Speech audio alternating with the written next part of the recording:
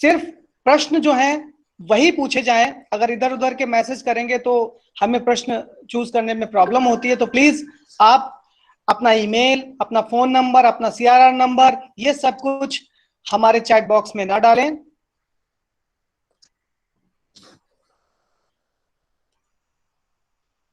आपसे यह भी निवेदन रहेगा कि आप प्रेजेंट का बटन ना दबाएं कार्यक्रम के दौरान, क्योंकि प्रेजेंट का बटन दबाने से हमें समस्या आती है। वो कुछ टेक्निकल प्रॉब्लम है जिसकी वजह से जो प्रेजेंटेशन है वो चली जाती है विंडो से, तो आपको भी तकलीफ होगी और हमारे जो विशेषज्ञ हैं उनको भी तकलीफ होगी। तो मैं आप सभी से निवेदन करूंगा कि आप प्रेजेंट का बटन ना दबाएं और अपना माइक म्यूट रखें। आप सभी से यही निवेदन है। 2 मिनट के बाद हम अपने कार्यक्रम को, जो कि निर्धारित 3 बजे का समय है, 2 मिनट बाद हम कार्यक्रम को शुरू करेंगे।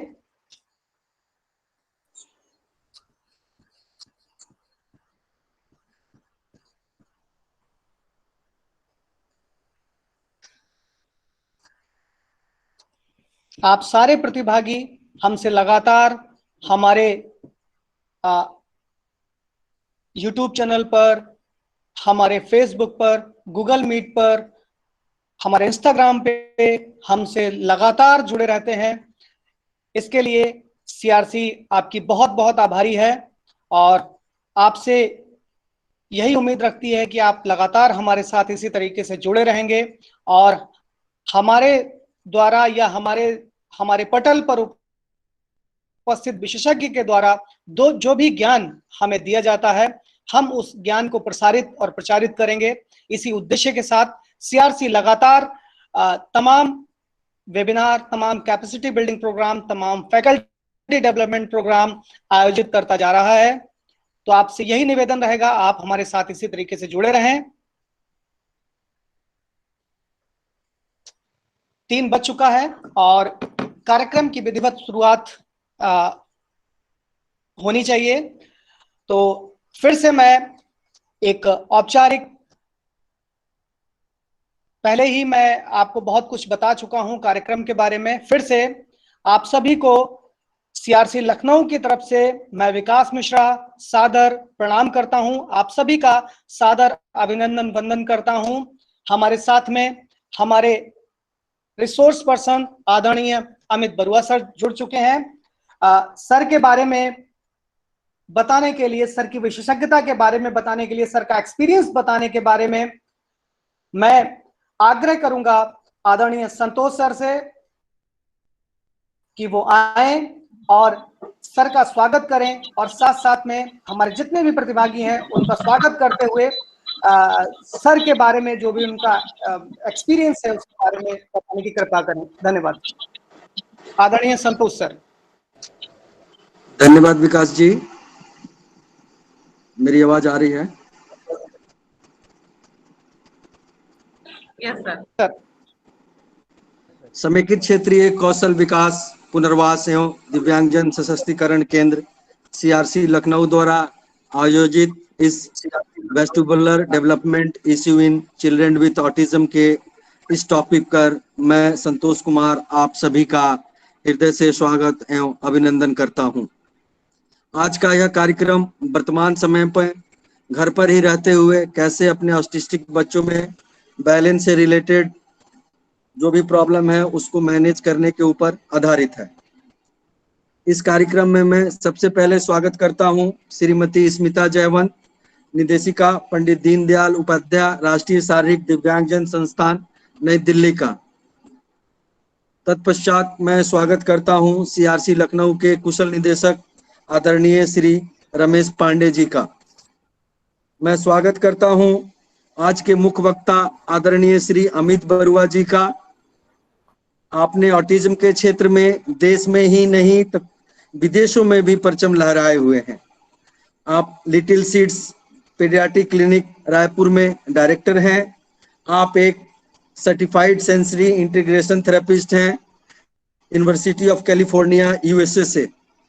आप एक सर्टिफाइड NDT थेरेपिस्ट हैं university of Boston United state of America से।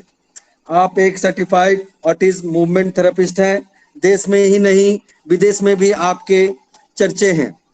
आप पेडियाट्रिक फिजियोथेरेपिस्ट की फील्ड में एक अग्रणी थेरेपिस्ट का मुकाम हासिल किया है। मैं स्वागत करता हूं आज के इस कार्यक्रम में प्रत्यक्ष एवं अप्रत्यक्ष रूप से जुड़े रहे हमारे सभी श्रोता बंधुओं का। कार्यक्रम के प्रथम पायदान का मैं आमंत्रित करता हूं सीआरसी लखनऊ के निदेशक आदरणीय श्री रमेश पांडे जी का, जो आए और हमें अपने आशीर्वचन प्रदान करके कार्यक्रम को आगे बढ़ाएं।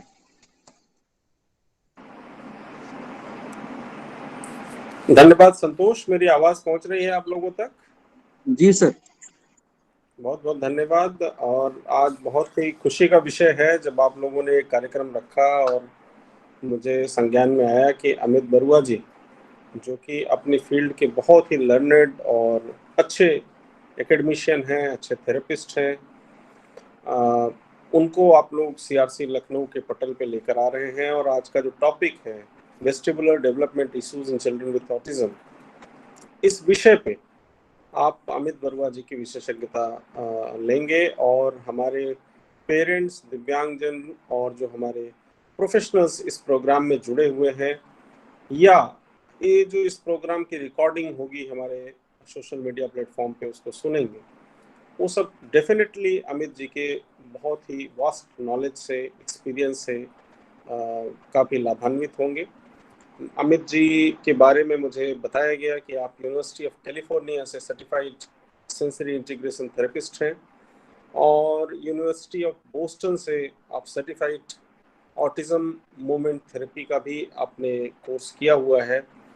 तो ऐसे अंतर्राष्ट्रीय ख्याति प्राप्त विश्वविद्यालयों से, संस्थानों से जो आपने सीखा है या आपकी सालों की जो प्रैक्टिस रही है, वो ज़रूर आज के हमारे सभी पार्टिसिपेंट्स जो हमारे साथ जुड़े हैं या जो भी इस इंफॉर्मेशन को जो आप देंगे उसको आगे बढ़ाएंगे, वो सभी आज आपके इस बृहद नॉलेज, वास्ट नॉलेज से लाभान्वित होंगे। मैं आपका बहुत स्वागत करता हूँ अपने मंत्रालय, सामाजिक न्याय एवं अधिकारिता मंत्रालय की तरफ से, अपने विभाग, दिव्यांगजन सशक्तिकरण विभाग की तरफ से, अपने राष्ट्रीय संस्थान की तरफ से और सीआरसी लखनऊ की तरफ से आपका बहुत स्वागत करता हूँ, बहुत अभिनंदन करता हूँ। आज के हमारे प्रोग्राम कोऑर्डिनेटर्स गणेश जी, संतोष जी, अमित जी और विकास जी, आपके प्रति भी मेरा बहुत आभार है। आप लोग बहुत मेहनत करके, रात दिन मेहनत करके, बहुत ही कम समय में मेरे पास बहुत अच्छे अच्छे फीडबैक्स आते हैं पूरे देश से कि आपने बहुत कम समय में आपकी मेहनत से सीआरसी लखनऊ को आज के दिन में देश में एक अलग ऊंचाई पे पहुंचा दिया है। हर तरफ आप लोगों के कार्यों के चर्चे हैं। ऐसे शानदार कार्य के लिए आप लोगों को बधाई, आप सबके प्रति आभार। और जो हमारे पार्टिसिपेंट जुड़े हैं वो उनके प्रति भी आभार, क्योंकि वो लगातार जो सहयोग प्रदान करते हैं।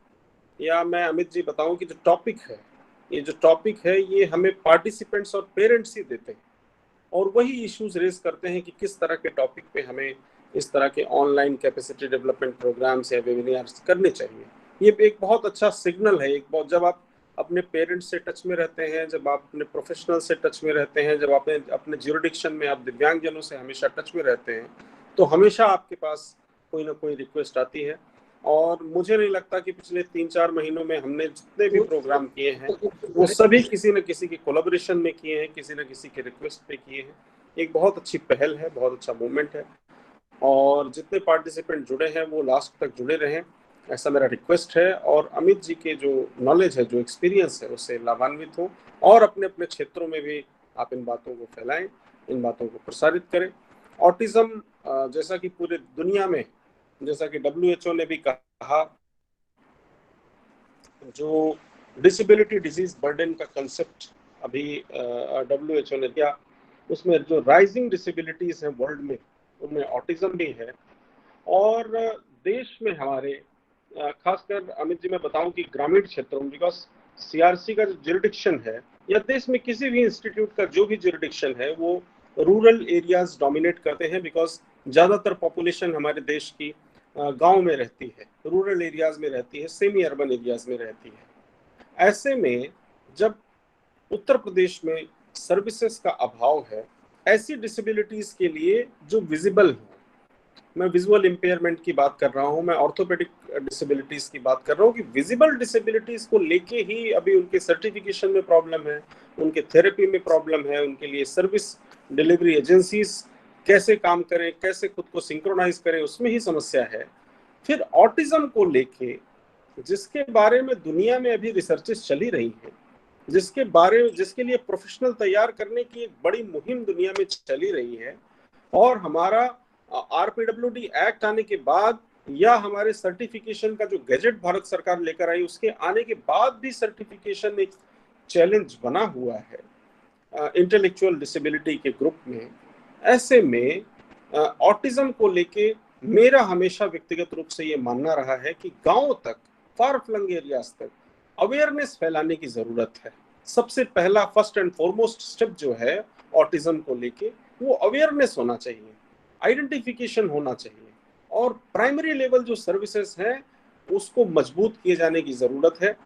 पेरेंट एसोसिएशन जो हैं, डिसेबल्ड पीपल ऑर्गेनाइजेशन जो हैं, एनजीओ जो हैं, उनके साथ चेनिंग करके, कोलैबोरेशन करके ही हम दूर दूर तक पहुंच सकते हैं। तो ये बहुत वेलकमिंग स्टेप है।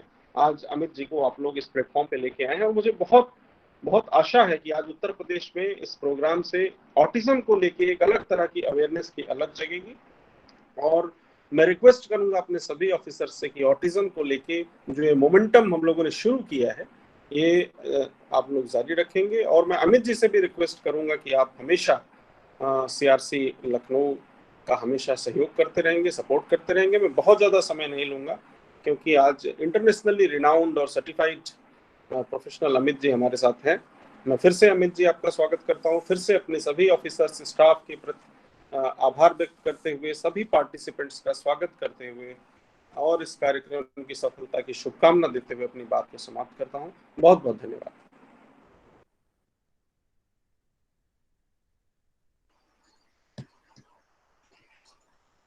धन्यवाद सर। निश्चित ही आपके शब्द हम सभी को ऊर्जा प्रदान करते हैं, हम सभी को अभिप्रेरित करते हैं। सर आपका बहुत बहुत धन्यवाद।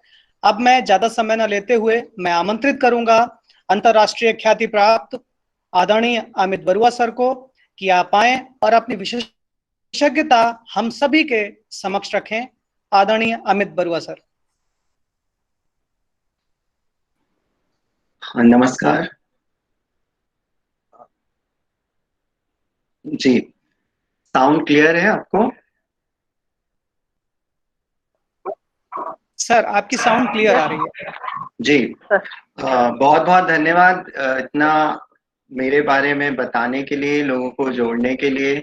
थैंक यू रमेश सर, आपने इतना कुछ जो कहा ये बहुत ही इस समय जो सिचुएशन है या ऑटिज्म की डायग्नोसिस है या ऑटिज्म का ट्रीटमेंट है या अवेयरनेस है, ये सिर्फ उत्तर प्रदेश की बात नहीं है। आई थिंक सभी जगह, चाहे वो इंडिया हो या अदर देन इंडिया हो, आई थिंक स्टिल अवेयरनेस वाला पार्ट उतना अभी भी नहीं है। सो जो आपने कहा कि जिस तरीके से आपने लोगों को जोड़ा है आज की इस मीटिंग में, जिसमें बहुत सारे पेरेंट्स हैं, बहुत सारे प्रोफेशनल हैं, आई थिंक मुझे ऐसा लगता है कि ये एक ऐसा टॉपिक है या पीडियाट्रिक थेरेपी एक ऐसा फील्ड है जिसमें बिना अवेयरनेस के ट्रीटमेंट पूरा नहीं हो सकता। क्योंकि थेरेपी जो है, अगर मुझे पता ही नहीं है उसका इम्पोर्टेंस क्या है, तो शायद उससे आने वाले रिजल्ट या उस, बिकॉज ऑटिज्म सिर्फ एक टर्म है जो आई थिंक डॉक्टर्स प्रिस्क्रिप्शन पे लिख देते हैं, थेरेपिस्ट प्रिस्क्रिप्शन पे पढ़ लेते हैं, पेरेंट्स एक बहुत बड़ा बर्डन लेके बैठ जाते हैं कि ऑटिज्म हो गया है। बट वो है क्या? क्या सभी केसेस सेम है? ऐसे बहुत बहुत सारी चीजें हैं जिसके बारे में अवेयर होना बहुत जरूरी है। सो आज का जो हमारा टॉपिक है उसको स्टार्ट करने से पहले मैं सीआरसी की पूरी टीम को बहुत बहुत धन्यवाद देता हूं जिन्होंने मुझे आज यहाँ इस मीटिंग में आमंत्रित किया, यहाँ कनेक्ट किया। मैं बहुत बहुत धन्यवाद देता हूँ रमेश सर को, स्मिता मैम को, संतोष सर को, अमित सर को, विकास सर को और गणेश सर को। गणेश सर जो कि जिनसे मैं बहुत सालों से जुड़ा हुआ हूँ, जो खुद मेरे प्रोफेसर रहे हैं मेरे पोस्ट ग्रेजुएशन के टाइम पे। Thank you so much, thank you so much everyone. So आज का जो टॉपिक है सेंसरी डेवलपमेंट या सेंसरी इंटीग्रेशन, जिसमें कि और स्पेसिफाइड हम अगर बात करें तो वेस्टिबुलर इंटीग्रेशन या वेस्टिबुलर रिहैबिलिटेशन। अभी क्या होता है कि जो पीडियाट्रिक थेरेपीज हैं, चाहे जो भी हो, चाहे वो सेंसरी इंटीग्रेशन थेरेपी हो या एनडीटी हो या ऑटिज्म मूवमेंट थेरेपी हो, स्पीच थेरेपी हो, बिकॉज पीडियाट्रिक एक ऐसा ग्रुप है जिसमें हम एक ब्रेन जो किसी तरीके से अगर अफेक्ट हुआ है, चाहे वो डेवलपमेंट के टाइम या बर्थ के बाद वाले डेवलपमेंट के टाइम, कहीं ना कहीं हम उनको सिग्नल्स देने की, कहीं ना कहीं हम उनको एक सही पैटर्न सिखाने की, कहीं ना कहीं हम उनको जो हेल्दी ब्रेन है उसको ट्रेन करने की पूरी पूरी कोशिश करते हैं। रिलेटेड विथ थेरेपी कि ये थेरेपी का क्या इंपॉर्टेंस है या वेस्टिबुलर इश्यूज को जानना क्यों जरूरी है, तो मैं हमेशा पेरेंट्स को बोलता हूँ कि मान लीजिए कि जो चीजें बहुत इजीली दिखती हैं, कि जैसे कि बच्चा बोल नहीं पा रहा, जैसे कि बच्चा भागता रहता है, जैसे कि बच्चा स्कूल में एक जगह बैठता नहीं है, जो बहुत कॉमन प्रॉब्लम्स लेके जो पेरेंट्स हम तक पहुंचते हैं या कहीं भी किसी भी थेरेपी सेंटर में पहुंचते हैं, आई थिंक सबसे प्रायोरिटी में जो प्रॉब्लम्स होती हैं वो होती है स्पीच, कि बच्चा बोल नहीं रहा, या जब वो स्कूल जाने लगता है तब हमें पता चलता है अरे बच्चा ध्यान नहीं दे रहा है, या क्लास में नहीं बैठ रहा है, या दूसरों को धक्का दे रहा है, या दूसरों को मार रहा है, या मेरी बातें नहीं मान रहा। ऐसा नहीं है कि कोई भी प्रॉब्लम अचानक से आ गई या पहले कुछ भी नहीं था, कहीं ना कहीं हम समझना और हमारा एक्सेप्टेंस होते होते हम जब उन चीजों को समझे, हमने जब एज अ पेरेंट्स उन चीजों को एक्सेप्ट किया, तब जाके हम समझ पाए कि हाँ प्रॉब्लम तो है, अब उसका सॉल्यूशन ढूंढना शुरू करते हैं। जब हम सॉल्यूशन ढूंढना शुरू करते हैं कि कहाँ जाना है, क्या करना है, किसको दिखाना है, तब तक और कुछ टाइम निकलता है। ऐसे करते करते जब हमारी लाइनअप आती है थेरेपी की या ट्रीटमेंट पार्ट की, तब तक लगभग 2.5 साल, 3 साल, 5 साल ऐसी एज ग्रुप स्टार्ट हो चुके होती हैं, बच्चे इस एज में पहुंच चुके होते हैं। तो कोई भी डायग्नोसिस, चाहे फिर वो ऑटिज्म हो, सेरेब्रल पाल्सी हो, उसको समझना बहुत जरूरी है। आज के प्रेजेंटेशन का जो मेन पार्ट है, मेरे लिए जो सबसे इम्पोर्टेंट पार्ट है, बिकॉज हम लोग लिटिल सीक भी जो है वो इस चीज को बहुत मानता है कि हमें पेरेंट्स को अवेयर करना चाहिए। उससे क्या होता है कि जैसे मान लीजिए मैं आपको 4 चीजें बता रहा हूँ, तो कहीं ना कहीं आपको लगेगा कि मैं एडवर्टाइज कर रहा हूँ या मैं अपना इंपॉर्टेंस बता रहा हूँ, लेकिन अगर उसमें से एक भी पेरेंट्स को आपने ट्रेन कर दिया या उनको समझा दिया, तो उससे 4 पेरेंट्स और जुड़ेंगे और वो उस चीज को और बेटर वे में करेंगे। क्यों? क्योंकि वो देख रहे हैं, वो दूसरों को समझ रहे हैं। तो आज यहाँ पे शायद इस ग्रुप में, इस मीटिंग में बहुत सारे पेरेंट्स जुड़े हुए हैं। मेरी पूरी कोशिश रहेगी कि मैं आपके सारी सवालों का जवाब दे सकूं और सारी चीजें आपको समझा सकूं बहुत सरल भाषा में या सरल तरीके से, क्योंकि ये एक ऐसा टॉपिक है कि जिसपे मैं कंटिन्यू 1 हफ्ते भी बोलूं तो खत्म नहीं हो सकता, ये इतना बड़ा टॉपिक है। लेकिन आज आज की मीटिंग या आज के डिस्कशन का, लेक्चर का जो पार्ट है, वो 2 पार्ट में मैं आपको पूरा समझाऊंगा। एक तो कि हम समझे कैसे, कैसे पता चलेगा कि बच्चे में कुछ वेस्टिबुलर प्रॉब्लम है या नहीं है, और दूसरा पार्ट जो है वो हम लैब में जाके करेंगे, जिसमें मैं आपको कुछ डेमो दिखाऊंगा। मींस वो गाइडलाइन है, डेफिनेटली आप क्लिनिक के ट्रीटमेंट इस समय हर कोई नहीं कर पा रहा है या पॉसिबल नहीं है आज की सिचुएशन में, लेकिन जो सेकंड पार्ट होगा इस लेक्चर का, वो मेनली होगा क्लिनिकल डेमो, जिसमें मैं आपको सिर्फ गाइडलाइन दूंगा कि ये गाइडलाइन को आप यूज कर सकते हैं जब आप अपने बच्चे का ट्रीटमेंट कर रहे हैं, या आप किसी ऐसे बच्चे का ट्रीटमेंट कर रहे हैं जिसमें ऑटिज्म या कोई भी सेंसरी डेवलपमेंटल इश्यूज है। क्योंकि ऑटिज्म बहुत सारे टाइम तो ऐसा देखने को मिलता है कि वो करेक्ट डायग्नोस ही नहीं हुआ है।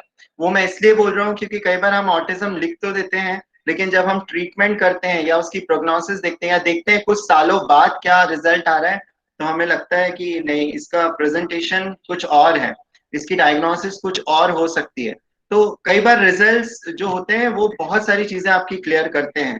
तो आज हम अपनी इन चीजों पे डिस्कस करेंगे। सेंसरी डेवलपमेंट या सेंसरी इंटीग्रेशन का मतलब क्या है? सेंसरी डेवलपमेंट जो है वो हर किसी का, जिस दिन से एक बच्चा माँ के पेट में बनना शुरू होता है, उस दिन से हमारा सेंसरी डेवलपमेंट शुरू हो जाता है। ऐसा नहीं है कि जब बच्चा जन्म ले, इसीलिए बोला जाता है कि आज के टाइम पे बहुत स्ट्रेसफुल प्रेगनेंसीज हो रही हैं, बच्चों में रेट बढ़ रहे हैं, बहुत प्रेगनेंसी में कॉम्प्लिकेशंस हो रहे हैं, तो क्या बच्चे में कुछ कॉम्प्लिकेशन हो सकते हैं? हाँ, चांसेस हैं।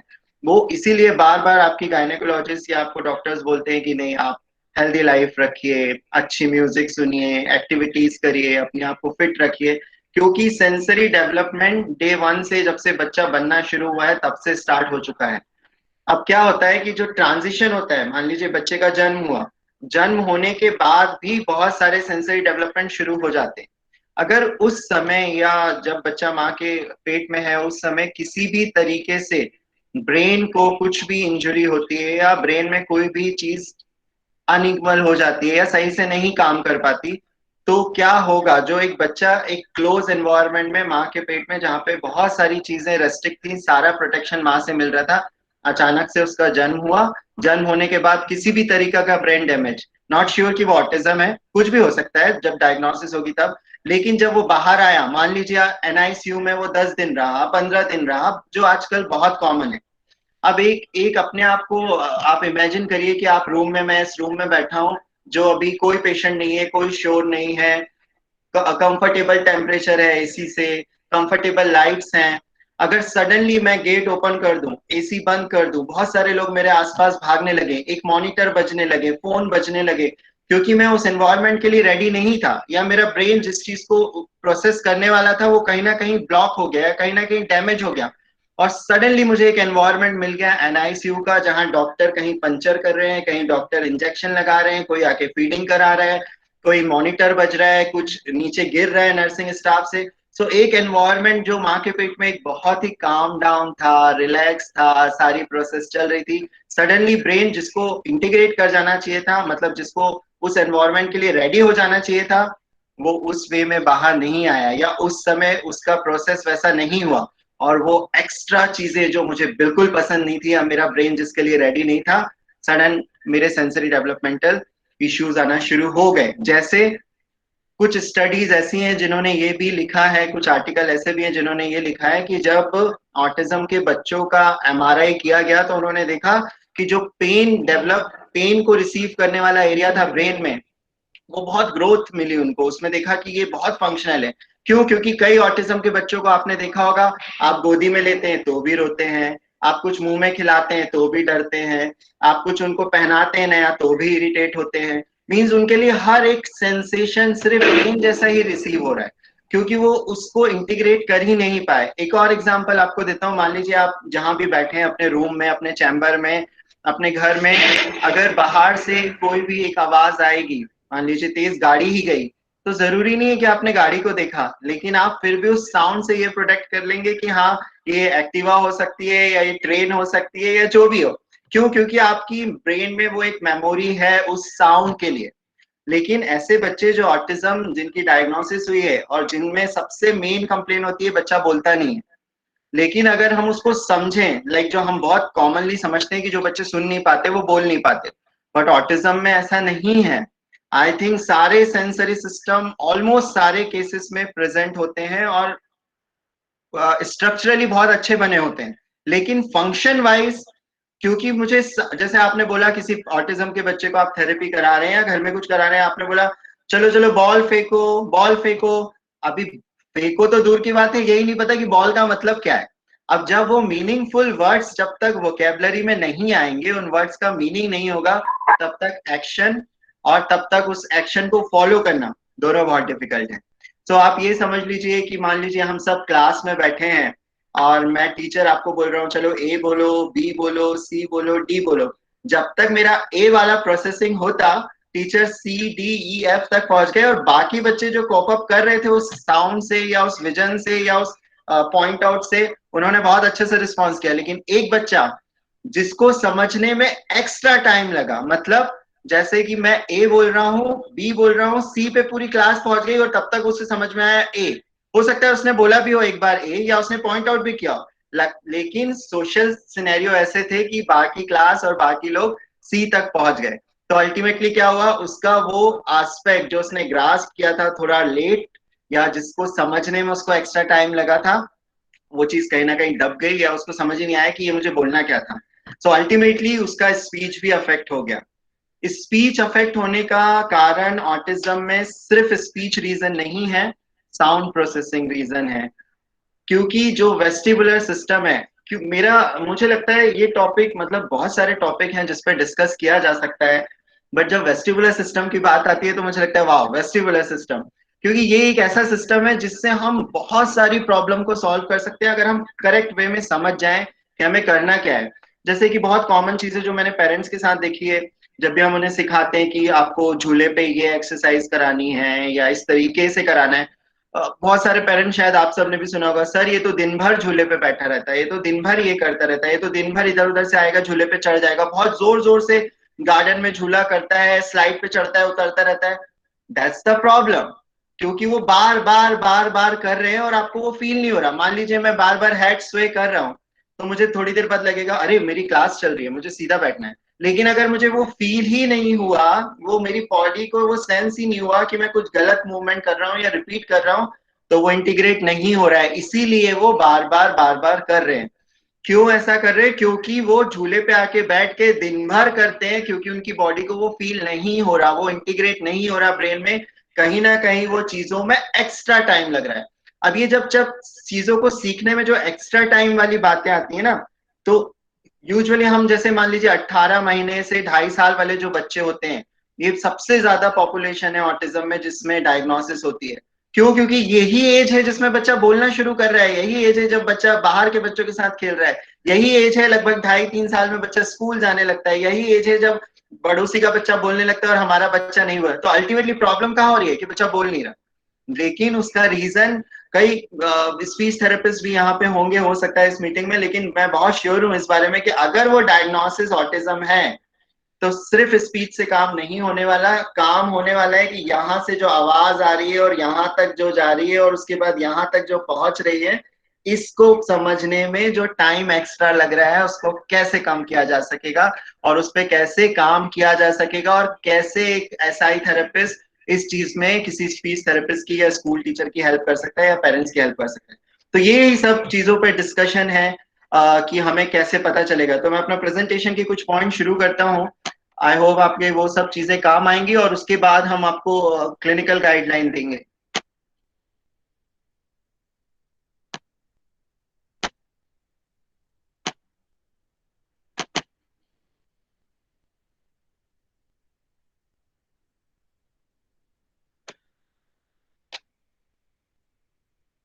वेस्टिबुलर सिस्टम या वेस्टिबुलर ट्रेनिंग जो हम बात करते हैं, क्या ये विजिबल है? कोई मुझे बता सकता है please? Yes, sir, it's visible. Okay, yes sir, visible है। Okay, thank you. So vestibular system या वेस्टिबुलर डेवलपमेंट की जब हम बात करते हैं तो ऑटिज्म में सबसे कॉमनली ये टर्म यूज होता है, बट इसका मतलब ये नहीं है कि सिर्फ ऑटिज्म में ही ये प्रॉब्लम है। सेरेब्रल पाल्सी के बच्चों में भी ये चीजें बहुत कॉमन प्रॉब्लम है। जैसे कि आपने कई बार सुना होगा सेरेब्रल पाल्सी के बच्चों में या और भी जेनेटिक सिंड्रोम के बच्चों में कि सर ये चल लेता है लेकिन इसको थोड़ा सा सपोर्ट लगता है, या अगर थोड़ा सा मैं इसके कपड़ों को पकड़ लूं तो ये बैलेंस कर लेता है। वो जो थोड़ा सा वाला फैक्टर है ना, वो थोड़ा सा वाला फैक्टर एक्चुअली वेस्टिबुलर फैक्टर है, जिसको हम नहीं समझ पाते हैं, जिसके लिए हम कंटिन्यू कुछ ना कुछ एक्टिविटीज करते हैं और तब जाके हमें समझ में आता है कि वो जो एक्स्ट्रा वाला फैक्टर है उस पर काम करने का तरीका थोड़ा अलग है। नहीं, सो सेंसरी इंटीग्रेशन या सेंसरी सिस्टम एक्चुअली जो हमारे डिफरेंट सेंसरी सिस्टम है जो हम बहुत कॉमनली समझते हैं, देखना, सूंघना, चखना, टच करके फील करना, वैसे ही एक वेस्टिबुलर सिस्टम भी बहुत इंपॉर्टेंट पार्ट है जो कि कान का एक भाग है। उस भाग का काम ये है कि कहाँ से कौन सी आवाजें आ रही हैं उसको डिटेक्ट करना, जो मैं देख रहा हूँ जैसे कि बुक पढ़ रहा हूँ, जैसे कि कोई भाग रहा है उसको देख रहा हूँ, उसको समझ पाना, उसको इंटीग्रेट कर पाना। क्या मेरी हेड राइट साइड जा रहा है, लेफ्ट साइड जा रहा है, मेरी बॉडी गिर रही है, मैं आगे जा रहा हूँ, भाग रहा हूँ, हर चीज को समझ पाना, यही उस सिस्टम का काम है। और यही एक ऐसा सिस्टम है जो बच्चे के जन्म तक मैक्सिमम डेवलप हो चुका होता है, क्योंकि यही हमारा सबसे पहला सिस्टम है जो काम करना शुरू होता है। इसीलिए जो ऐसी प्रेगनेंसीज होती हैं जिसमें कि लिक्विड कम हो जाता है, या कई बार गायनेकोलॉजिस्ट बोलती हैं कि पानी कम हो रहा है, उस पर काम किया जाए या उसके लिए ट्रीटमेंट दिया जाए, बिकॉज वो पानी या वो एनवायरमेंट ऐसा है जिसमें कंटिन्यू मूवमेंट होना जरूरी है। इवन एक लिटरेचर में लिखा है कि 4000 से 5000 बार बच्चा लेग को मूव करता है जब प्रेगनेंसी का लास्ट मंथ या सेकंड लास्ट मंथ आ चुका होता है। तो ये सब चीजें बहुत इंपॉर्टेंट है डेवलपमेंट के लिए।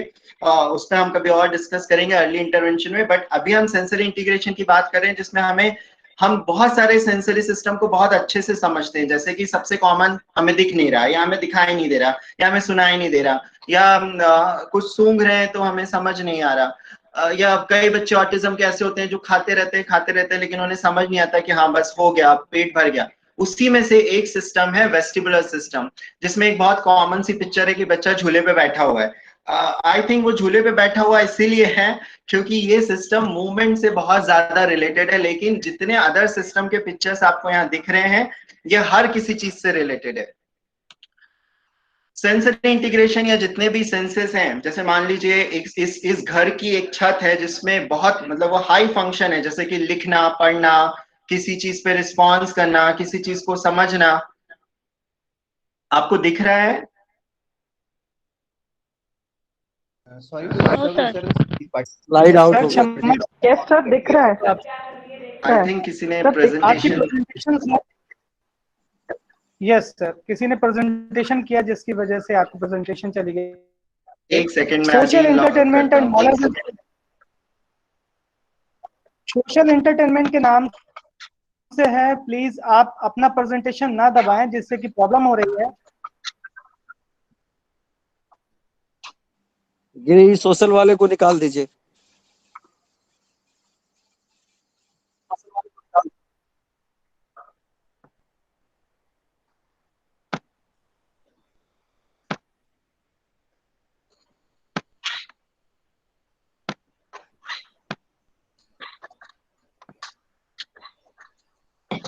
अभी विजिबल है? जी सर। Yes sir. जी जी जी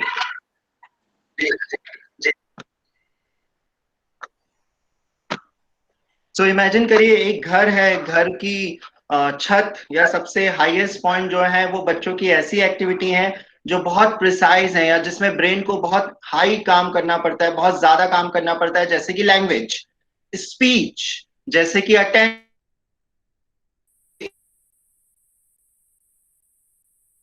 को पढ़ना, जैसे कि पढ़ के उस चीज को रिपीट करना, जैसे कि ड्राइंग करना, जैसे कि मार्जिन्स के अंदर ड्राइंग करना, जैसे कि देख के फुटबॉल को किक करना, जैसे कि देख के बॉल को कैच करना। ये सब बहुत हाई फंक्शनल एक्टिविटीज हैं जो एज के साथ डेवलप होती है।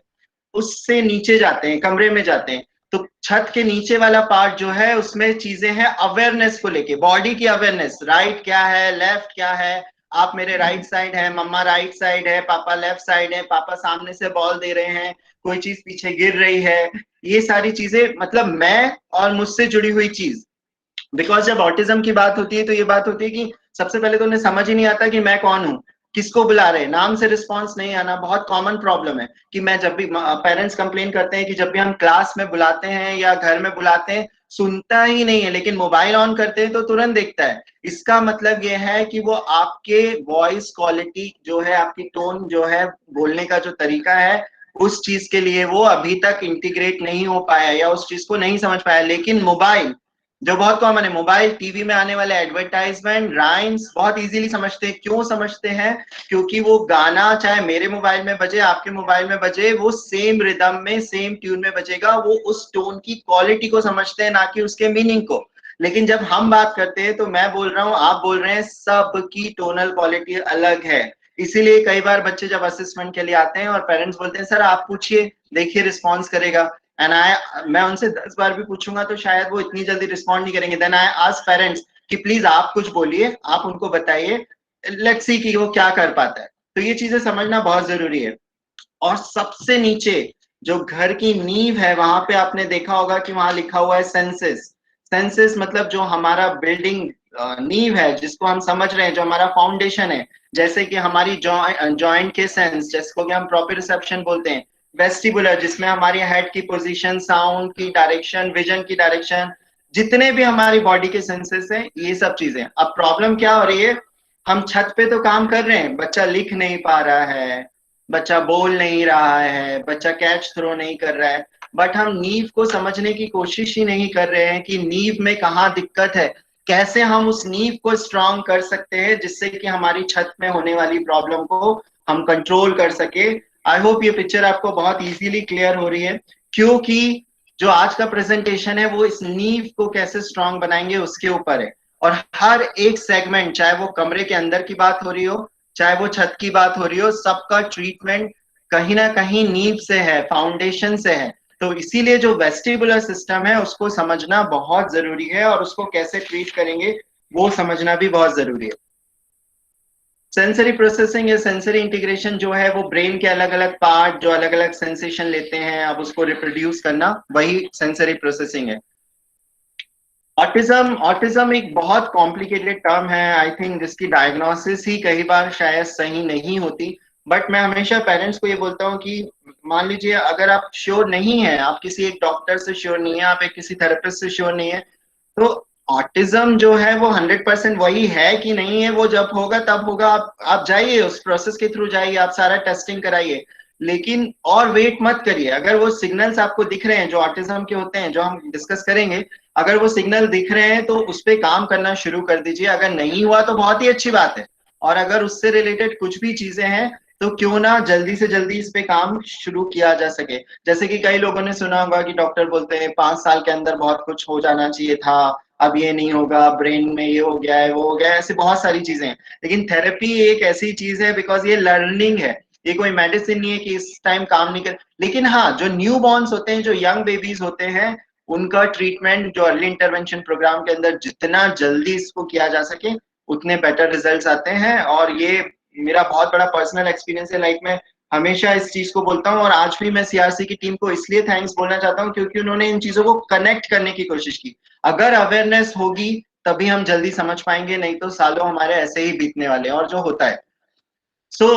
अगर हम देखें कि ऑटिज्म के कॉमन फीचर्स क्या हैं, एक तो हर कोई समझता है कि स्पीच नहीं आ रहा है, स्पीच नहीं हो रहा है। जब ये तीनों चीज जो यहाँ लिखी है, अगर ये तीनों चीज में प्रॉब्लम है, तभी हम उसको ऑटिज्म की तरफ डायग्नोस करने की कोशिश करते हैं या उसे समझने की कोशिश करते हैं। इसका क्या मतलब है? इसका मतलब है कम्युनिकेशन।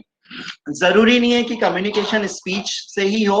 अगर मैं हाथ हिला के हाय बाय कर पा रहा हूँ, या काइंड ऑफ साइन लैंग्वेज जो होता है, पॉइंट आउट करना, बाय करना, नमस्ते करना, पैर पड़ना, जो भी साइन लैंग्वेज, बॉडी लैंग्वेज है, वो भी कम्युनिकेशन का एक वे हो सकता है। सो स्पीच उसका एक पार्ट है, लेकिन communication it's always two way, कि अगर कोई बोल रहा है तो मैं भी उसको बाय कर, लाइक कई बार होता है हम गाड़ी में से एक दूसरे के सामने से निकल जाते हैं, जरूरी नहीं कि हमारा साउंड सामने वाले को पता चला हो, लेकिन अगर वो समझ गया, हमारे इशारे समझ गया, that is also a part of communication. दूसरा है इमेजिनेशन। दिस इज ये बहुत बड़ी प्रॉब्लम है, इमेजिनेशन वाली प्रॉब्लम ऑटिज्म में बहुत कॉमन और सबसे बड़ी प्रॉब्लम है। इसका मतलब है इमेजिनेशन या आइडिएशन। आइडिएशन का मतलब है कि जैसे मान लीजिए कि मैंने आपको एक पेन पकड़ाया और आपको बोला ये लीजिए पेन। अब आपको पता है कि ये पेन क्या पर्पस के लिए दिया गया है, या तो आप उससे लिखेंगे या कुछ ड्रॉ करेंगे या उसको हाथ में घुमा के कुछ गेम खेलते रहेंगे। मीन्स आइडिया लगा रहे हैं आप किसी भी चीज को लेके। इसीलिए जो ऑटिज्म के बच्चे होते हैं, आपने उन्हें देखा होगा कि उनको खिलौनों में, टॉयज में कोई इंटरेस्ट ही नहीं रहता, क्योंकि उन्हें पता ही नहीं है कि टॉयज से करना क्या है, टॉयज को करना क्या है, उससे खेलना कैसे, उसको बताना कैसे, उसको ज्वाइन कैसे करना है। तो ये आइडिएशन वाला पार्ट जो है ना, ये बहुत बड़ी प्रॉब्लम है किसी भी ऑटिज्म के केसेस में। तो उसको समझना बहुत जरूरी है कि ये पार्ट अफेक्टेड है या नहीं है। तीसरा है socialization. Socialization it's again a problem, क्योंकि वो कनेक्ट नहीं हो पाते सोसाइटी में। जैसे कि मैंने आपको अभी बताया कि हर एक सेंसेशन उनके लिए समटाइम इट्स डिफरेंट। तो उस इन सब ट्राइंगल के जो तीनों एजेस हैं, जहां पे हमें सोशलाइजेशन, इमेजिनेशन, कम्युनिकेशन, तीनों में कहीं ना कहीं प्रॉब्लम दिख रही है। अगर आप समझ रहे हैं ऐसी कोई इश्यूज हैं जो एज के हिसाब से पीछे हो गए हैं, या एज के हिसाब से इन तीनों में काम नहीं हो रहा है, तो डेफिनेटली आपको कांटेक्ट करना चाहिए किसी डेवलपमेंटल पीडियाट्रिशियन को, या अपने नियर बाय पीडियाट्रिक थेरेपिस्ट को, या अपने पीडियाट्रिशियन को। जब आप कॉमन वैक्सीनेशन के लिए जाते हैं, यू कैन आस्क वंस।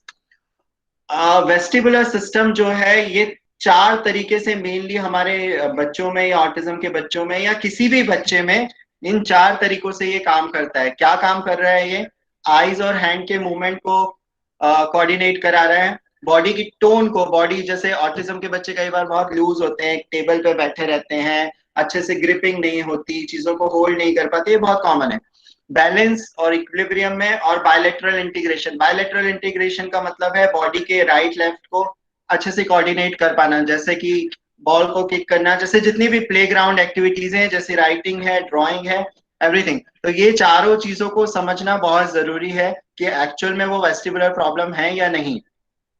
कुछ वेस्टिबुलर सिग्नल्स या जिसको हम समझ सकते हैं, जैसे कि अगर बहुत कॉमनली अगर मैं बोलूं, और एक पेरेंट्स आ रहे हैं और बोल रहे हैं कि स्कूल में अच्छा परफॉर्मेंस नहीं है, क्लास के साथ टाइम पे खत्म नहीं कर पाता, लिख नहीं पाता या टाइम पे पढ़ के नहीं बता पाता, तो मुझे कहीं ना कहीं समझना होगा और चेक करना होगा कि ये सिर्फ रीडिंग राइटिंग की प्रॉब्लम है या फिर प्लेग्राउंड या खेलते समय भी इन सब चीजों के इश्यूज होते हैं, जैसे कि देख के कैच कर पाना या दूर कैच कर पाना या वहीं पे गिरा देना बॉल को, ये सब चीजें बहुत कॉमन चीजें हैं। इसको हम इस स्लाइड में समझते हैं। देखिए, कोई भी सेंसरी इश्यूज जब किसी बच्चे में होता है, चाहे वो टच से रिलेटेड हो, चाहे वो प्रोप्रियोसेप्शन से रिलेटेड हो या बॉडी पोजीशन से रिलेटेड हो, चाहे वो सुनने से रिलेटेड हो, चाहे वो सूंघने से रिलेटेड हो, या चाहे वो कोई भी सेंसरी सिस्टम हो, आइदर वो बहुत ज्यादा एक्टिव होता है या वो बहुत कम एक्टिव होता है। जब वो बहुत ज्यादा एक्टिव होता है तो बच्चे को थोड़ी थोड़ी चीजों में भी फील होने लगता है। जैसे मैं आपको अगर समझाऊं, जैसे मान लीजिए कि ये एक नॉर्मल है, यहाँ पे एक नॉर्मल लाइन है और यहाँ पे एक हाइपर जिसको हम बोलते हैं वो लाइन है, और यहाँ पे एक हाइपो लाइन है जो कम काम कर रही है। तो अगर मैं ऐसी 3 लाइन बनाऊं और उसमें सोचूं कि बच्चे में क्या दिक्कत आ रही है, एक्चुअली हो क्या रहा है, तो जब हम बात करेंगे तो कई बार हमको लगेगा कुछ सेंसरी सिस्टम नॉर्मल में ही है, कुछ सेंसरी सिस्टम हाइपर हैं और कुछ सेंसरी सिस्टम हाइपो भी हैं और कुछ तो नॉर्मल ही चल रहे हैं। तो ऐसा जरूरी नहीं है कि जो बच्चा हाइपर है या जिसको हम हाइपर हाइपर बोल रहे हैं वो हर सेंसरी सिस्टम में हाइपर हो, बिल्कुल भी नहीं। हर सेंसरी सिस्टम का हाइपर होने के अलग सिग्नल हैं, हर सेंसरी सिस्टम के हाइपो होने के अलग अलग सिग्नल हैं, और हो सकता है किसी किसी फील्ड में या किसी किसी सेंसेशन के लिए बच्चा हाइपर है और किसी किसी सेंसेशन के लिए बच्चा हाइपो भी है। तो अभी हम वेस्टिबुलर की बात कर रहे हैं, तो हमने 2 पिक्चर बनाई है। एक बनाई है जो बच्चे वेस्टिबुलर हाइपर सेंसिटिव है। हाइपर सेंसिटिव मतलब जैसे कि मैं आपको मान लीजिए टच भी कर रहा हूं तो आपको पेन हो रहा है, मतलब एक एग्जांपल दे रहा हूँ, ये वेस्टिबुलर से रिलेटेड नहीं है, बट हाइपर सेंसिटिव मतलब मैं उसके लिए बहुत एलर्जिक हूँ, मैं बहुत जल्दी एक्टिवेट हो जाता हूँ उस चीज के लिए। और हाइपो सेंसिटिव मतलब मुझे वो फील ही नहीं हो रहा, मुझे पता ही नहीं चल रहा है कि वो हो क्या रहा है। तो क्या क्या डिफरेंस है, ये चीज मैं इसलिए बहुत क्लियर कर रहा हूँ कि जब हम ट्रीटमेंट पे डिस्कस करेंगे दोनों का ट्रीटमेंट अलग अलग है, ये हमें समझना होगा। तो जो बच्चे हाइपर सेंसिटिव होते हैं, मतलब मान लीजिए आपका नेचर ऐसा है या मेरा नेचर ऐसा है, मान लीजिए कि मैं बहुत सेंसिटिव हूँ किसी चीज को, किसी ने मेरा पेन भी गिरा दिया या किसी ने मेरी बुक को टच कर लिया और मैं बहुत एंग्री हो जाता हूँ, मतलब जल्दी मेरा टेम्पर चले जाता है। और हाइपो मतलब कोई आके मुझे धक्का दे रहा है, कोई मुझे टच कर रहा है तो भी मुझे फर्क नहीं पड़ रहा। तो जब हम वेस्टिबुलर सिस्टम की बात करते हैं तो कैसे पता चलेगा, तो हम पहले हाइपर सेंसिटिव की बात करते हैं, फर्स्ट कॉलम की बात करते हैं। अगर बच्चे का वेस्टिबुलर सिस्टम थोड़ा भी ज्यादा काम कर रहा है या हाइपर सेंसिटिव है, तो पहली बात तो उसको मूवमेंट से बहुत डर लगेगा, वो एक ही जगह बैठना पसंद करेगा, लिथार्जी रहेगा, टेबल पे लटका हुआ रहेगा, वैसे ही लिखेगा, ग्राउंड एक्टिविटीज या ग्रुप प्ले को बहुत अवॉइड करेगा, किसी भी लिफ्ट या एस्केलेटर या एलिवेटर पे जाने में उसे डर लगेगा, कोई भी चीज जो राउंड राउंड घूमती है या अचानक हम जैसे अगर चेयर को मूव कर दिए तो भी वो बहुत ज्यादा रोने लगेगा, डर लगने लगेगा। कई बच्चे ऐसे होते हैं जब हम थेरेपी स्टार्ट करते हैं तो बॉल पे बैठना ही नहीं चाहते, बॉल को छूना भी नहीं चाहते। So sometime they are very मतलब वो बहुत क्लमजी होंगे, लिथार्जिक होंगे, चीजों को टाइट पकड़ेंगे, कई बार पेरेंट्स को बहुत होल्ड करते हैं, टीचर को होल्ड करते हैं, कई बार कंप्लेन आती है। सो ये सारे सिग्नल कहीं ना कहीं मुझे बता रहे हैं कि वो बहुत सेंसिटिव है, थोड़ा भी मूवमेंट होता है तो उसको बहुत ज्यादा फील होता है। अब उसका अपोजिट साइड हम जाते हैं और हम देखते हैं कि जो वेस्टिबुलर हाइपो सेंसिटिव है, मतलब फील ही नहीं हो रहा, मुझे इतना जोर से भी दबा रहा है तब भी मुझे टच फील नहीं हो रहा। तो वैसे ही जो वेस्टिबुलर हाइपो सेंसिटिव होते हैं वो एक जगह बैठना ही नहीं चाहेंगे, पूरे रूम में भागते रहेंगे, सीढ़ियां चढ़ते उतरते रहेंगे, सोफे पे चढ़ेंगे जंप करेंगे, बिस्तर पे चढ़ेंगे, सोफे को धकाएंगे, चेयर को गिराएंगे। ये बहुत कॉमन देखा जाता है ऑटिज्म में, जब ये हाइपो सेंसिटिव होते हैं बच्चे उस वेस्टिबुलर के लिए।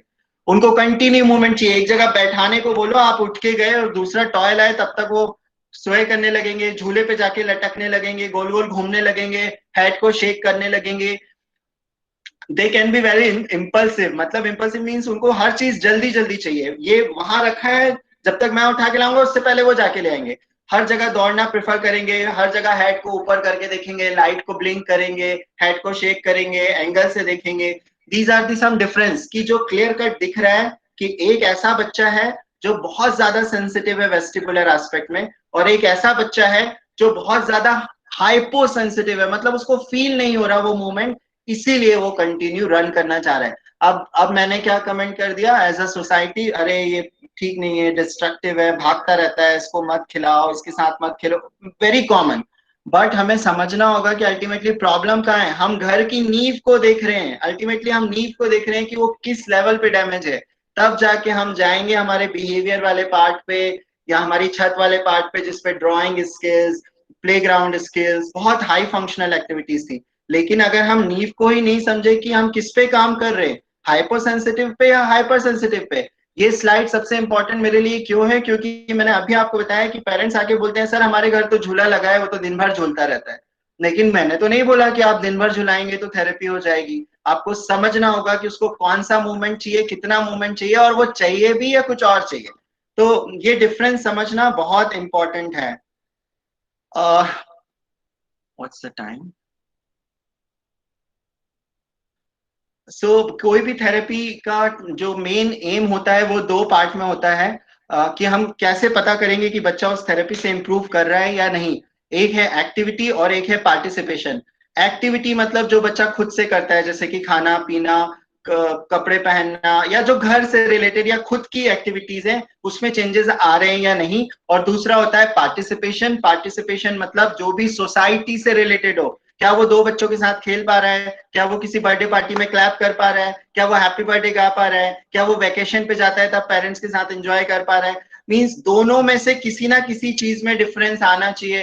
पेरेंट्स ऑलवेज आस्क कि अरे हम 3 महीने से थेरेपी करा रहे हैं, कुछ हुआ नहीं, ऐसा कैसे हो सकता है? आपके मार्कर दो हैं, एक्टिविटी और पार्टिसिपेशन, इसमें क्या डिफरेंस दिखा? हाँ सर पहले वो ये नहीं करता था, अभी वो ये करता है। हाँ सर अभी। सो दिस इज हाउ हमको एक पैनल बनाना होगा, हमको एक चार्ट बनाना होगा कि मैं काम किस पे कर रहा हूँ। अगर मैं ये सोच के क्लिनिक आया हूँ या ये सोच के मैंने थेरेपी कराई है कि 3 महीने में बच्चा नॉर्मल हो जाएगा, तो आई एम सॉरी, मुझे भी नहीं पता नॉर्मल का मतलब क्या होता है, और मैं कितना नॉर्मल हूँ या आप कितने नॉर्मल है वो भी मुझे नहीं पता। लेकिन अगर मैं ये सोच के आया हूँ क्लिनिक में कि ये बच्चा अभी पूरे टाइम रन करता रहता है, एक जगह बैठता नहीं है, किसी की सुनता नहीं है, क्या वो सोशल एस्पेक्ट में कुछ चेंजेस आ रहे हैं, क्या वो घर में पहले 5 मिनट भी नहीं बैठता था, अभी 10 मिनट बैठ के कुछ लिख पाता है, देख पाता है, ये सब चीजें आपके इंप्रूवमेंट के मार्कर हैं। अगर आप इस तरीके से समझेंगे, मुझे लगता है यहाँ पे कोई पेरेंट्स ऐसा नहीं होगा जो ये बोल दे नहीं इसमें किसी में भी इंप्रूवमेंट नहीं हुआ। 100% आई एम श्योर अगर वो सही पैनल से जा रहे हैं, आइदर एक्टिविटी या पार्टिसिपेशन में चेंजेस आएंगे ही आएंगे।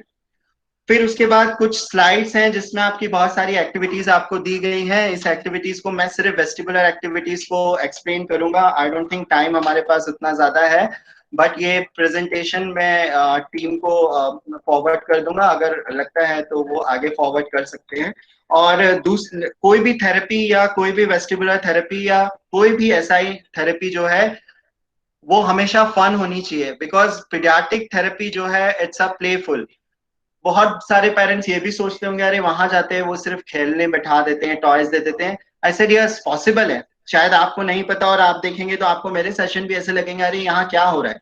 बट आई ऑलवेज से कि ये सिर्फ प्ले नहीं है, ये पर्पसफुल प्ले है। क्यों मैं उस गेम को खिला रहा हूँ, क्यों ऐसी एक्टिविटी मैंने डिजाइन की है, क्योंकि मेरा पर्पस है। और ये पर्पस मैं आपको बता चुका हूँ कि इस चीजों पे मुझे काम करना है, और इस चीजों पे काम करने के लिए मुझे एक पर्पसफुल प्ले चाहिए। और अगर मैंने बोला नहीं मुझे थेरेपी है, चलो बैठ जाओ, लेट जाओ, उठ जाओ, चले जाओ, आई डोंट थिंक ये मेरे लिए या किसी भी सर्टिफाइड थेरेपिस्ट के लिए काम करने वाला है। सो पर्पसफुल प्ले होना ही चाहिए उस चीज के लिए। ओके सो मैं अब आपके लिए कुछ गाइडलाइन एक्सप्लेन करने वाला हूँ। उससे पहले एक बार हम चैट देख लेते हैं, अगर किसी का कुछ छूटा है या किसी को कुछ पूछना है तो।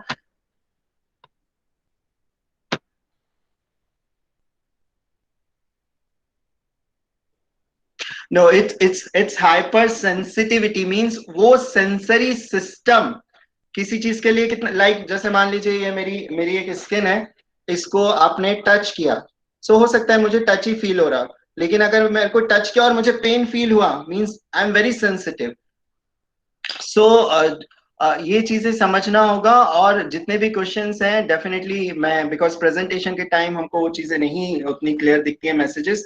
सो ये जो सेंसिटिविटी है अभी फिलहाल जो मैंने डिस्कस की है वो सेंसरी सिस्टम की हम बात कर रहे हैं। लेकिन जब हम एक्टिविटी की बात करते हैं that's little different.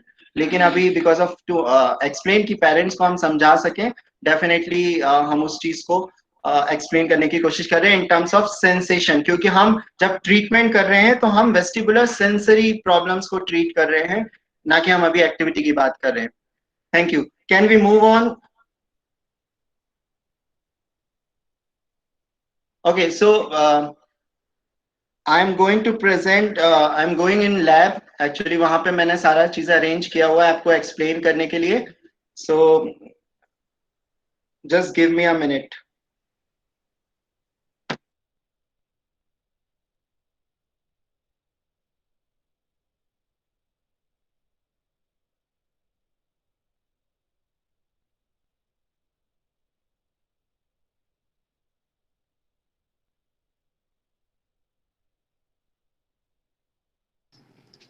Hello. Yes, sir. Audible, sir. Is it audible? Yes, sir. Okay.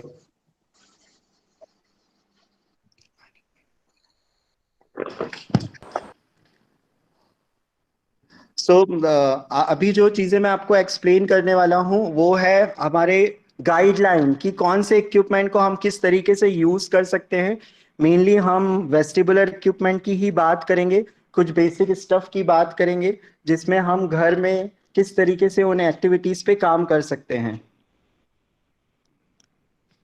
तो जब भी हम वेस्टिबुलर सिस्टम की बात करते हैं, वेस्टिबुलर एक्टिविटीज की बात करते हैं, तो मेरा प्रेफरेंस हमेशा ऐसा कोई इक्विपमेंट हो जो कि हैंगिंग इक्विपमेंट हो। वो किसी भी तरीके का झूला हो सकता है, बट अगर वो सस्पेंडेड है, सस्पेंडेड इक्विपमेंट है, तो डेफिनेटली वो बहुत अच्छे से आपको रिजल्ट देता है।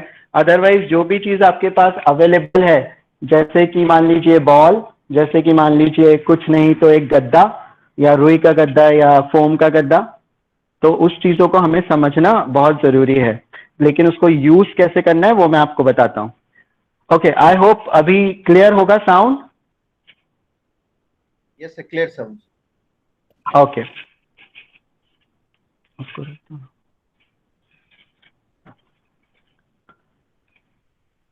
तो सबसे पहले जो कॉमन इक्विपमेंट जो हर जगह अवेलेबल होता है, इवन घर में भी अवेलेबल होता है, वो है बॉल। जहां भी आपको लगे कि आवाज नहीं समझ में आ रही है प्लीज बताइएगा, क्योंकि क्लिनिकल है तो वो चीजें थोड़ा थोड़ा डिस्टर्बेंस हो सकता है। तो जैसे मैंने बोला कि बॉल भी मूविंग सरफेस है, डेफिनेटली ये भी हमारे वेस्टिबुलर सिस्टम पे काम करता है। लेकिन जब हम ऑटिज्म की बात करते हैं तो हमको कैसे यूज करना है, तो सबसे पहले कि मान लीजिए जो बहुत कॉमन है, हम देखा है बच्चों को बिठा के हम जंप कराते रहते हैं। आई डोंट थिंक कि वो जंपिंग है।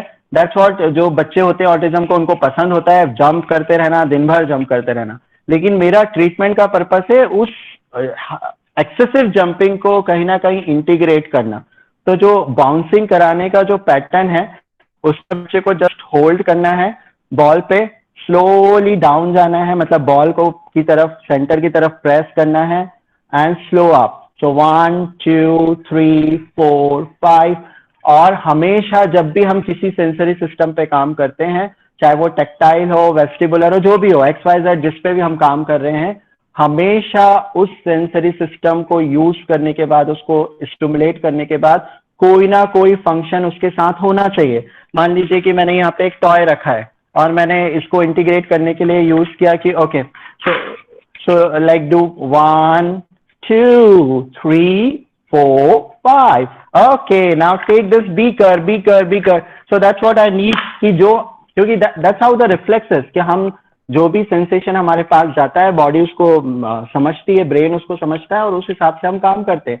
तो जब हम किसी भी सेंसरी स्टिमुलस को यूज करते हैं, जैसे कि हम बॉल यूज अगर कर रहे हैं, तो 1 2 3 4, डोंट डू दिस, जो बहुत कॉमन हमने देखा है। ये हम पूरे सेंसरी सिस्टम को एक हैपेजेट कर रहे हैं और उस चीज को सब मिक्स मैच कर रहे हैं। वही तो वो दिन भर करते हैं बच्चे, जो कहीं भी बॉल पे बैठना, सोफे पे बैठ के जंप करना, क्योंकि वो उसको फील नहीं कर पा रहे। So always do 1 2 3 4 5। Okay, give me a high five. Any motor action must be there, जिसको कि हम अडॉप्टिव रिस्पॉन्स बोलते हैं। तो मान लीजिए कि मैंने ये सेंसरी स्टिमुलस दिया और मैंने पेरेंट्स को बोला ओके आप उसे कुछ टॉय दीजिए, कुछ दिखाइए, कोई भी डिपेंड करता है कि आप कौन से सेंसरी सिस्टम को काम करें। तो सबसे फर्स्ट टेक्निक जो थी जस्ट अ बाउंसिंग, जो हम बहुत कॉमनली यूज करते हैं। दूसरा जो हमने बहुत कॉमनली देखा है, बच्चे को प्रोन लाइन में लेके हम मूव करते हैं। आई थिंक जो मूवमेंट होना चाहिए वो बहुत लिमिटेड रेंज में होना चाहिए, और ये हमें हमेशा देखते रहना है कि बच्चे का हेड कहाँ जा रहा है। सो लाइक जैसे मैंने मूव किया 1 2 3, ओके देखो तुम्हारा फ्रेंड कहाँ बैठा है, तुम कहाँ हो, मम्मा कहाँ से आ रहे हैं, अच्छा मुझे बताओ रेड कलर का कर्टन किधर है। सो that kind of integration it's always important, क्योंकि जितना हम उसको यूज करेंगे उस सेंसेशन को, वो ब्रेन के उतना ही डीप एरिया में जाएगा और उतनी ज्यादा देर तक सस्टेन रहेगा। सो मान लीजिए मैंने मूव किया 1 2 3, ओके चलो देखते हैं बलून कहाँ है। तो balloon balloon balloon, you can use any toy भी हम यूज कर सकते हैं, कोई एक्टिविटी यूज कर सकते हैं, डिपेंड करता है कि बच्चे का फंक्शनल लेवल क्या है। ओके नाउ विल गो, अब हम स्विंग की बात करें, जो मेरा सबसे फेवरेट चीज है। जब भी हम स्विंग की बात करते हैं, स्विंग पे जो सबसे पहली पोजीशन और सबसे इंपॉर्टेंट पोजीशन है वो है प्रोन, मतलब उल्टा लेट के, पेट के बल लेट के। तो जब हम पेट के बल लेट के किसी एक्टिविटीज को करते हैं, बट बिलीव मी पेट के बल लेटना किसी भी ऑटिज्म बच्चे के लिए इतना आसान नहीं है। पहली बात तो वो स्विंग पे ही नहीं जाना पसंद करते, तो आपको सोचना होगा कि हम कैसे उन एक्टिविटी को, मान लीजिए एक बच्चा बहुत हाइपर सेंसिटिव है, ऐसे भी हाइपर सेंसिटिव बच्चे होते हैं जो स्विंग के मूवमेंट को भी फील नहीं करना चाहते, वो जाके उसको पकड़ लेंगे या पेरेंट्स को पकड़ लेंगे। अगर आपको लगता है कि बच्चा स्विंग के मूवमेंट से भी डर रहा है और नहीं जा रहा, ऑलवेज स्टार्ट कि हम स्विंग पे कुछ खिलौने रख दे, चलो तुम इससे खेलो, जैसे वो पकड़ने जाएगा थोड़ा मूव होगा, फिर हम अच्छा ठीक है कुछ नहीं हुआ, जाओ ये लेके आओ, फिर वो थोड़ा मूव होगा। सो ऐसे हम स्टार्ट कर सकते हैं। और अगर आपको लगता है कि बच्चा बहुत अच्छे से उस पोजीशन को मैनेज कर पा रहा है, तो ऑलवेज गो इन प्रोन फर्स्ट। ओके सो जो स्विंग का मूवमेंट है, पूरी कोशिश होना चाहिए कि बच्चा उस स्विंग मूव करे डिफरेंट डायरेक्शन में, ना कि बच्चे को बिठाया और हम घुमाना शुरू कर दिए। That's different thing. हमेशा स्टार्ट होना चाहिए हमारा कि बच्चा खुद उस स्विंग को, अच्छा चलो मुझे बताओ बॉल कहाँ रखी है, ओके ओके ओके गो, अच्छा मुझे बताओ बीकर कहाँ रखा है, गो। सो अगर बच्चा बहुत ज्यादा हाइपर है किसी चीज के लिए या बहुत ज्यादा भागता रहता है इधर उधर, तो जो झूले का मूवमेंट है वो हमेशा वन डायरेक्शन में होना चाहिए। जैसे कि अगर मैंने इस बच्चे को लिया है प्रोन में पेट के बल, तो ये सिंगल मूवमेंट होगा, 1, एक ही लाइन में एक ही डायरेक्शन में मूव होना चाहिए स्विंग, ना कि गोल गोल गोल गोल गोल गोल, नो वो मूवमेंट नहीं चाहिए। सो फर्स्ट 1 2 3, ऐसे ही या तो हम फ्रंट बैक कर सकते हैं या साइड टू साइड कर सकते हैं, 1 2 3। और अगेन जो गाइडलाइन में मैंने आपको इंपॉर्टेंट पॉइंट बताया कि हमेशा कुछ ना कुछ एक्टिविटी उसके बाद मुझे चाहिए ही चाहिए, वो कोई भी एक्टिविटी हो सकती है। सो लीनियर डायरेक्शन मूवमेंट या एक ही लाइन में मूवमेंट बहुत ज्यादा हेल्प करता है किसी भी हाइपर बच्चे के लिए। सो अगर इवन सीपी के बच्चों में भी ये मूवमेंट बहुत हेल्प करता है, प्रोन में एक लाइन में एक्टिविटी या पेट के बल लेट के एक लाइन में एक्टिविटी। सो जस्ट 1 2 3 4 5, ऐसे ही साइड टू साइड भी 1 2 3 4 5। तो पहली पोजीशन जो है वो पेट के बल लेट के एक लाइन के मूवमेंट देना और उस चीज को किसी ना किसी एक्टिविटी के साथ इंक्लूड करना, जैसे कि वो कोई कलरफुल ऑब्जेक्ट हो सकता है। ज्यादा बेटर है कि अगर हम वेस्टिबुलर एक्टिविटी के साथ कुछ प्रोप्रियोसेप्टिव एक्टिविटी या registered activity, can you shift little bit this side, जैसे कि मैंने मान लीजिए मैंने प्रोन लाइन में यहाँ पे एक स्विंग में मैंने कार्ड्स लगा के रखे, तो जब उसको खींच के निकालना होगा तो लास्ट की चलो चलो चलो चलो ये मटर चाहिए मुझे, चलो चलो और खींचो, मंकी कहाँ है, ओके ओके ओके और खींचो और खींचो, कार कहाँ है, कार ओ ट्रक तो बहुत ऊपर है और खींचना पड़ेगा, yes. So that kind of activity जब हम किसी प्रोप्रियोसेप्टिव एक्टिविटी को ऐड करते हैं, क्योंकि वेस्टिबुलर सिस्टम और प्रॉप मतलब रजिस्टर्ड एक्सरसाइज या हैवी एक्सरसाइज, हमेशा ये कॉम्बिनेशन सबसे ज्यादा हेल्प करता है ऐसे बच्चे जिनमें ऑटिज्म डायग्नोसिस है या ऐसे बच्चे जिनमें सेंसरी सिस्टम से रिलेटेड कोई भी प्रॉब्लम है। सो फर्स्ट हो गया प्रोन, अब वो आपकी क्रिएटिविटी के ऊपर है, आप उसमें क्या क्या कर सकते हैं। देन नेक्स्ट पोजीशन है सिटिंग। सिटिंग में जब हम काम करते हैं तो हमेशा हमें ध्यान रखना है कि पैरों की पोजीशन जो है कम से कम हाइट झूले की इतनी होनी चाहिए कि पैर अच्छे से सपोर्ट हो सके, नीचे रह सके, वो हाइट आपको एडजस्ट करना है। अगर वो हाइट सही नहीं है तो फिर आइदर पोजीशन कंपनसेशन होता है जो कि शायद सही से काम ना करे, तो पोजीशन समझना बहुत जरूरी है। सो लाइक जैसे सिटिंग में मैंने बोला ओके चलो चलो यहाँ से एक बीकर उठाओ, तो बच्चा अपनी बॉडी वेट से उस चीज को, स्विंग को मूव कर रहा है, चलो चलो उधर अपने दूसरे फ्रेंड को देके आओ। सो दैट काइंड ऑफ सिटिंग जिसमें बच्चा खुद झूले को लेके जा रहा है। और मान लीजिए बच्चा इतना एक्टिव नहीं है या उतना नहीं समझ पाता, तो आपका जो मूवमेंट होगा वो सिर्फ हल्का सा मूवमेंट होगा जिसमें आप स्विंग को जज करेंगे। जैसे मान लीजिए अगर मैंने इस बच्चे को यहाँ बिठाया है और मैं चाहता हूँ कि वो उधर मूव करे, तो ऑलवेज आस्क कि चलो अपना पैर से चलो चलो लेके जाओ लेके जाओ लेके जाओ। और अगर वो नहीं जा पा रहा है तो सिर्फ आप उसको हल्का सा मूव करके गाइड करेंगे कि किधर जाना है, लेकिन आप कभी भी ये मूवमेंट नहीं करेंगे क्योंकि यही है जो उसको इंटीग्रेट नहीं होने देना। तो पोजीशन बहुत इंपॉर्टेंट है, सिटिंग, प्रोन लाइन, ये एक्टिविटीज देना बहुत जरूरी है। नेक्स्ट इक्विपमेंट जो घर में हम इजीली यूज कर सकते हैं, किसी भी टाइप का गद्दा या अगर बोल्स्टर आपके पास है तो इस तरीके का कोई रोलिंग ऑब्जेक्ट जो कि आप इजीली घर में कर सकते हैं। तो इसको करने का तरीका क्या है, जैसे कि मान लीजिए कि मैं यहाँ पे हूँ और मैं इसमें चलो चलो चलो ऊपर से दिखाओ मुझे फैन कहाँ है, फैन कहाँ है, या ये टॉय ले लो, चलो रखो रखो रखो, तो ये टॉय ले लो ले लो ले लो ले लो। सो वी नीड कि एक हाथ पे वजन है या बॉडी उस पे support head. Okay okay okay okay okay cut कर दो।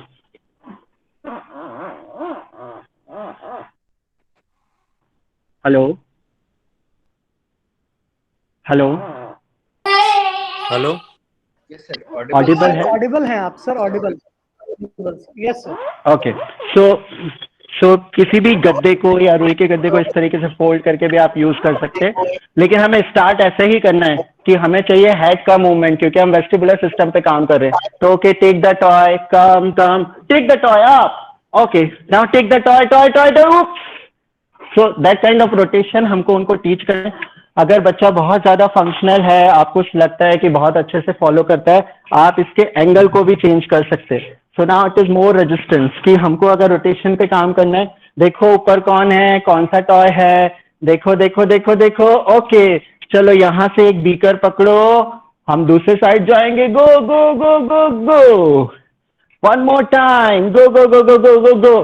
सो दैट एंगुलेशन जो रहेगा उसमें आपको और ज्यादा ताकत लगानी पड़ेगी और डायरेक्शन में उसको मूव करना होगा। सो कोई भी ऐसी चीजें जिसमें मूवमेंट होता है, जिसमें आपको एक्स्ट्रा हेड को, बॉडी को रोटेट करना होता है, उन सारी चीजों पे काम करना बहुत जरूरी है। जब भी हम किसी मूविंग ऑब्जेक्ट की बात करते हैं, बहुत ज्यादा फास्ट मूवमेंट की जरूरत नहीं होती, समझना होगा कि कितने मूवमेंट को देने की जरूरत है। कोई भी एक मूवमेंट जब हम प्लान करते हैं, चाहे वो सिटिंग में हो, उल्टा लेट के हो, बैठ के हो, हमेशा हमें ध्यान रखना है कि कम से कम 4 से 5 टाइम वो चीजें रिपीट करना है। जैसे कि पीडियाट्रिक थेरेपी में बहुत कॉमन है, कोई भी टॉय हम लेते हैं तो लाइक जैसे इसमें 5 या 6 बीकर्स हैं, तो जब तक ये खत्म नहीं हो रहा है तब तक एक एक्टिविटी रिपीट हो रही है। दैट्स हाउ ब्रेन को लर्न करने में या समझने में आसानी होती है। ये सारी चीजें जब हम प्लान करते हैं, किसी भी तरीके की स्विंग से रिलेटेड एक्टिविटीज जब हम प्लान करते हैं, उसे समझना, उसे सही तरीके से यूज करना बहुत ज्यादा जरूरी है। अगर नहीं कर पा रहे हैं या इस तरीके से रिजल्ट नहीं आ पा रहे, हमेशा उसके साथ प्रोप्रियोसेप्टिव एक्टिविटीज को ट्राई करिए। जैसे कि कोई इलास्टिक बैंड यूज कर सकते हैं, जैसे कि कोई वेट कफ यूज कर सकते हैं, जैसे कि मैंने एक कपड़ा बांधा था जिसको कि लाइक्रा बोलते हैं, वो भी यूज कर सकते हैं। तो हम रजिस्टर्ड एक्टिविटीज को काम करते हैं जब बच्चे बहुत हाइपर होते हैं। आई होप ये चीजें आपको बहुत हेल्पफुल हों, आपके काम आए। मेरी पूरी कोशिश थी कि मैं इस लिमिटेड टाइम में जितना आपको एक्सप्लेन कर सकूं, क्योंकि 1 घंटा वाकई में इन सब चीजों को समझा पाने के लिए बहुत ही कम है, बट जस्ट एक बेसिक गाइडलाइन जिसको आप समझ सकें। लेकिन अगेन मैं आपको एज अ होल यही बोलूंगा कि अगर किसी भी चीज को समझने में या कंफ्यूजन हो, चाहे वो सेरेब्रल पाल्सी के बच्चे हो या ऑटिज्म हो, कहीं ना कहीं हमें सोचना है रिलेटेड विद वेस्टिबुलर थिंग्स, चाहे वो एकेडमिक पॉइंट से प्रॉब्लम हो या फिर वो प्ले ग्राउंड में कोई प्रॉब्लम हो या सोशलाइजेशन में कोई प्रॉब्लम हो। मैं हमेशा थेरेपिस्ट लोगों को बोलता हूँ कि ये वेस्टिबुलर सिस्टम आपका रामबाण है, जब कुछ काम ना आए तो एक बार इसके बारे में बैठ के पहले सोचो और फिर ट्राई करो। आई होप ये सब चीजें आपके लिए काम आए। अगर इन फ्यूचर कभी हम मिले तो मैं कोशिश करूंगा और ज्यादा चीजों को एक्सप्लेन करने के लिए। थोड़ा सा टाइम के कारण आई एम ऑलरेडी 4 से ज्यादा हो चुका है। Thank you so much, thank you so much. Thank you sir, आपका बहुत बहुत धन्यवाद सर। आपने इतने सहज और इतने सरल तरीके से थैंक यू सर। इस विषय को हम सभी के समक्ष रखा है। मुझे लगता है कि हमारे जितने भी पार्टिसिपेंट हमारे साथ उपस्थित हैं उन्हें जो जानकारी प्राप्त हुई होगी वो बहुत उनके लिए काम आएगी। और सर, जब आप ये सारी चीजें बता रहे थे तो बिल्कुल आपकी स्लाइड से हटने का मन नहीं कर रहा था, क्योंकि इतना अच्छे तरीके से आपने उन चीजों को रखा। शायद वो हम सभी के लिए ज्ञानवर्धक होगा और जरूर हमारा जो एक्सपर्टीज है या हम जिस चीज में अपने आप को आगे ले जाना चाहते हैं कहीं ना कहीं हमारे लिए हेल्पफुल होगा sir. Thank you sir, thank you very much sir. अब मैं आदरणीय अमित सर से अमित सर से रिक्वेस्ट करूंगा कि प्लीज अगर कोई प्रश्न हो तो आप उन प्रश्नों को हमारे विशेषज्ञ के समक्ष रखें, जिससे कि सर उसका उचित उत्तर दे पाए। आदरणीय अमित सर। जी, एक चीज और मैं Amit occupational therapy therapist in Lucknow. Sorry, yes sir. एक पेरेंट कुछ कहना चाहते हैं? नहीं, आप कंटिन्यू करिए, मैं बाद में बोलता हूँ। Thank you. सर, एक पेरेंट का क्वेश्चन है। एक उनका बच्चा है जो हर वक्त किसी न किसी चीजों को सूंघता रहता है, बार बार स्मेल करने की उसे आदत है, तो इसके लिए क्या किया जा सकता है? जी, इस तरीके की प्रॉब्लम जो है डेफिनेटली ये सेंसरी डेवलपमेंटल इश्यूज ही हैं, लेकिन सबसे पहले मुझे ये चीज जानना जरूरी है कि उसका ओरल डेवलपमेंट कैसा है, मतलब उसको खाने में, चबाने में, हर एक तरीके की प्रॉपर फूड चबा पाता है कि निगल लेता है कि अच्छे से उसको। क्योंकि जो बच्चे, जैसे मान लीजिए कि अभी कोविड में जो बहुत कॉमन प्रॉब्लम हो रही है, कोविड में आप लोगों में से कई लोगों ने फील किया होगा कि हमको स्मेल और टेस्ट उतना नहीं आ रहा। तो ऐसे ही अगर एक एक्सपीरियंस में इसको कनेक्ट करूं तो जब बच्चों का टेस्ट उतना स्ट्रांग नहीं होता है या चीज़ों को वो अच्छे से चबा के नहीं खा पाते या उनका sensory development in terms of उनकी स्मेल टाइम अप्रोप्रिएट या एज अप्रोप्रिएट नहीं होता, तो इस तरीके की प्रॉब्लम्स देखने को मिलती हैं। तो सबसे पहले जहां भी आपकी थेरेपी चल रही है या अगर ऐसा कुछ इश्यूज है, आपको ये चीज़ बहुत क्लियर करना है कि उनका ओरल डेवलपमेंट कैसा है, अच्छे से चबा पाते हैं कि नहीं, हर तरीके की चीज़ें खा पाते हैं कि नहीं, प्रॉपरली स्ट्रॉ से पानी पी पाते हैं या कोई भी जूस वगैरह हो गया। अगर ऐसा कुछ नहीं है देन डेफिनेटली आप कोई भी ऐसे 3 सॉल्यूशन या 3 चीज़ें, जैसे कि हो गया आपका मान लीजिए कि नींबू का रस या ऐसी चीज़ें जो बहुत स्ट्रॉन्ग स्मेल करते हो, उसको अलग अलग वेपर्सराइज या एक बॉटल में भर के रखिए और ऊपर उसको कपड़े से बंद करिए ताकि वो जो वेपर्स होंगे उसकी स्मेल होगी। और उसको आपको जो सबसे कम जिसकी स्मेल आती है, जैसे मान लीजिए कि मैंने 3 चीज़ें रखी हैं, एक साबुन हो गया या कोई लोशन हो गया या फिर सिट्रिक एसिड या नींबू का रस हो गया। अगर हम ऐसी कोई चीज़ें यूज़ कर रहे हैं तो अगर साबुन ऐसी चीज़ है जिसकी स्मेल सबसे कम आती है, पहले आप उसको ट्राई करिए, फिर उससे ज़्यादा वाले पे जाइए और उसके बाद वाले पे जाइए और उसके बाद आप कोई ना कोई एक एक्टिविटी को कराइए। जब आप सेंसरी स्टिमुलस देते हैं किसी भी टाइप का, इवन मैं खाने के लिए भी उस चीज़ को इंक्लूड करूंगा, सिर्फ स्मेल से रिलेटेड नहीं। अगर आपको लगता है कि वो खाने में भी ऐसा कुछ है, बिकॉज ऐसे बच्चे यूजुअली एक ही टेम्परेचर को प्रेफर करते हैं खाने के, तो उस चीज़ को थोड़ा और असेस करना बहुत ज़रूरी है। Thank you so much sir, thank you so much sir. एक पेरेंट का एक और क्वेश्चन है सर। जी है जो कुछ किसी भी ऑब्जेक्ट्स को हाथ में लेकर के कंटिन्यूअस उसे हिलाता रहता है, जिसकी वजह से वो फोकस नहीं कर पा रहा है किसी एक्टिविटी। जी, ये हैंड प्रेफरेंस वाला जो इशू रहता है, एक्चुअली ये 2 रीजन कॉमन है। एक तो है कि टेक्सचर, जैसे मान लीजिए मैंने पेन पकड़ा है या ड्राइंग करने के लिए मैंने कुछ ड्रॉ करना है, अगर मुझे वो इस ग्रिपिंग में फील नहीं हो रहा है तो मैं ऐसे पकड़ूंगा, जो प्री मैच्योर ग्रास्प रहती है। कई बार हमारा डेवलपमेंट भी ऐसे हुआ है कि हम पहले क्रेयॉन, मोटे क्रेयॉन लिखते हैं, फिर पतले क्रेयॉन पे जाते हैं, फिर पेंसिल पेन तक जाते हैं। लेकिन जब वो डेवलपमेंट, फील वाला डेवलपमेंट, टेक्सचर वाला डेवलपमेंट नहीं होता, तो इस तरीके की चीजें कंटिन्यूअम हाथ में पकड़ के, कई बच्चे चाबी पकड़े रहते हैं, कई बच्चे अपने मुंह में ही हाथ डाल के रखते हैं, कई बच्चे कपड़े को पकड़ के खेलते रहते हैं, कई कोई भी चीज हो सकती है। अगर ऐसा टेक्सचर से रिलेटेड और भी इश्यूज है, और भी इश्यू मतलब जैसे कि अंडर गारमेंट्स के चेंज करने में दिक्कत, जैसे कि फेस पे कुछ लगाने में दिक्कत, अगर ऐसे कोई इश्यू है, मैं प्रेफर करूंगा कि डेफिनेटली उसके साथ पहले टेक्सचर रिलेटेड एक्टिविटीज कराइए। मेरा प्रेफरेंस है फर्स्ट टाइम कि जो हमारे बहुत कॉमनली हमारे घर में होता है ना, जैसे फेस स्क्रब या बॉडी स्क्रब, उसको नहाते समय हाथ में दीजिए और दोनों हाथ को अच्छे से रब करने के लिए उसको बोलिए, अच्छे से प्ले करने के लिए बोलिए। और जब ये सुपरफिशियल सेंसेशन होगा जब भी आप ऐसा टेक्सचर यूज करते हैं, जैसे बहुत कॉमनली हमने देखा है कि थेरेपी सेंटर में या पेरेंट्स लोग एक अनाज का डब्बा रखते हैं जिसमें हर तरीके के अनाज को लेके बच्चे को खिलाते हैं, बट आई थिंक शायद उसके लिए वो सेंसेशन उतने में उसको पूरा नहीं हो रहा है।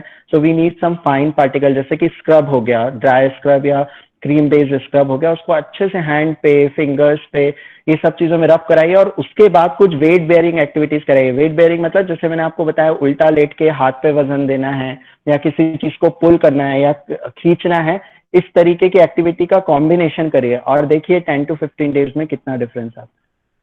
Thank you. Thank you so much sir, thank you so much sir. आपने सर एक बहुत सिंपली वे में और ऑटिज्म के बारे में बताया, वेस्टिबुलर डेवलपमेंट के बारे में, ये बहुत ही सराहनीय रहा सर। और आशा करता हूँ कि हमारे सारे पेरेंट और प्रोफेशनल्स इस चीज को अच्छे से लर्न कर पाए होंगे और उसको अपने एरिया में इम्प्लीमेंट कर पाएंगे। Thank you so much sir. Vikas sir. Thank you sir. Vikas sir कुछ आगे या प्रोग्राम को आगे?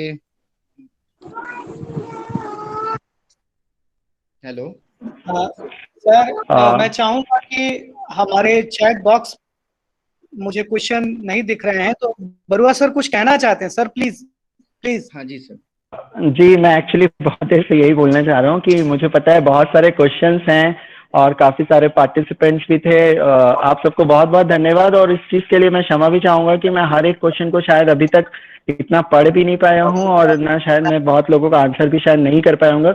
लेकिन मेरे लिए भी एक टाइम लिमिटेशन एक बहुत बड़ा बाउंडिंग है, क्योंकि मेरा ऐसा है कि एक बार शुरू हुआ तो खत्म होने में बहुत टाइम लग जाता है। हर एक चीज को छोड़ नहीं सकता मैं, बताना ही पड़ता है। तो मैं कोशिश करूंगा, जितने भी ऐसे क्वेश्चंस हैं जिनको आपको आंसर चाहिए, इधर आप मुझे मेल कर सकते हैं या हमारी वेबसाइट पे देख के आपको मैं कोशिश कर, मैं अपना ईमेल आईडी इसमें चैट में टाइप कर देता हूँ। जो भी क्वेश्चन है प्लीज भेज दीजिएगा, जो भी आपको पूछना है। मैं पूरी कोशिश करूंगा कि आपके मैक्सिमम क्वेश्चन के आंसर मैं आपको दे सकूं, और जैसे ही टाइम फ्री होता है, क्योंकि अभी पूरी टीम इस पैनल में जुड़ी हुई है और सबका टाइम बहुत इम्पोर्टेंट है। तो thank you so much. Thank you so much sir. Sorry for सारे पार्टिसिपेंट्स के क्वेश्चन हम अभी इस सेशन में नहीं ले सकते हैं, क्योंकि टाइम की कमी होने के कारण। कृपया करें आप अपना सवाल जो है सर के ईमेल आईडी पे भेज सकते हैं, और वहां से या सीआरसी के ईमेल आईडी पे भी भेज सकते हैं। आपके सवाल का आंसर दिया जाएगा। कार्यक्रम को आगे बढ़ाते हुए विकास सर कुछ और राय है, या कार्यक्रम को आगे बढ़ाते हुए हम वोट ऑफ थैंक्स करें?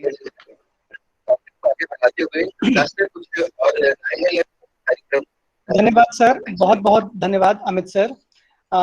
आज के इस कार्यक्रम में आप जैसे एक्सपर्ट को पाकर हमारा पटल गौरवान्वित महसूस करता है, क्योंकि आप जैसे अंतर्राष्ट्रीय एक्सपर्ट को हम अपने वेब पटल पर लाकर अपने जो भी हमारे प्रतिभागी हैं उनके ज्ञान में वृद्धि का एक अवसर हमें प्राप्त होता है।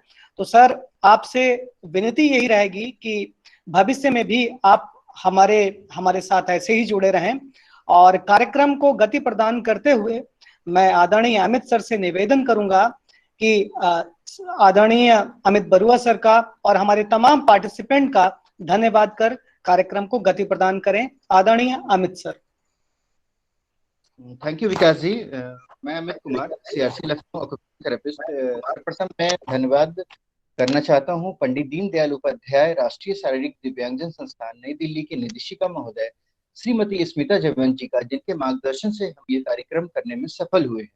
साथ ही मैं धन्यवाद देता हूं सीआरसी लखनऊ के निदेशक आदरणीय श्री रमेश पांडे जी का, जिनके मार्गदर्शन से हम ये कार्यक्रम लगातार संपूर्ण करने में सफल हो पाए हैं। साथ ही मैं विशेष धन्यवाद करना चाहता हूँ आज के हमारे रिसोर्स पर्सन आदरणीय श्री अमित बरुआ सर का, जिन्होंने आज इस वेबिनार में ना कि एक प्रेजेंटेशन दिया, एक प्रैक्टिकल डेमोन्स्ट्रेशन दे करके भी एक मिसाल कायम किया, जिससे हमारे प्रोफेशनल्स, हमारे पेरेंट्स इजी वे में समझ पाए कि ऑटिज्म में क्या एक्टिविटीज कराई जा सकती है अगर बच्चे में अगर वेस्टिबुलर डेवलपमेंट कोई इश्यूज है।